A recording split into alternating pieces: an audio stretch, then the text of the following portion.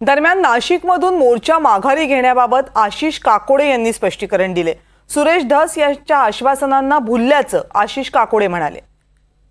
आपला जो long march निघाला होता 22व्या दिवशी नाशिक या ठिकाणी तो थांबवला, आम्ही संपवला नाही। कारण की त्या ठिकाणी प्रशासनाकडून आमच्या ज्या पालकमंत्री आहेत मेघना बोर्डीकर त्या ठिकाणी आल्या, परभणीचे ॲडिशनल SP काळेसाहेब आले आणि आमची जी मागणी होती की बाबा 5 पोलीसवाले जे व्हिडिओमध्ये दिसत आहेत, ज्यांनी आमच्या महिलांना मारहाण केली, ज्यांनी भीमसैनिकांना मारले, ज्यांनी आमच्या गाड्या फोडल्या, असे मेन 5 पोलीसवाले तुम्ही निलंबित करा आणि नंतरचं काय चौकशा करायचं ते करा।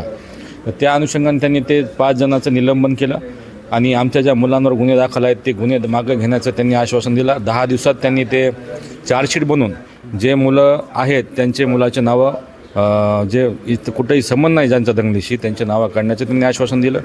आमच्या तरुणांवर शिकलकरी एक तरुणाने एकाने लाठीचार्ज केला, त्याच्यावर सुद्धा ॲट्रॉसिटी ॲक्ट गुन्हा दाखल केलेला आहे। अशा काही मागण्या आमच्या पूर्ण झाल्या, त्यामुळे आम्ही त्या ठिकाणी थांबलो आणि काही मागण्यासाठी आम्ही त्यांना 1 महिन्याचा वेळ दिलेला आहे।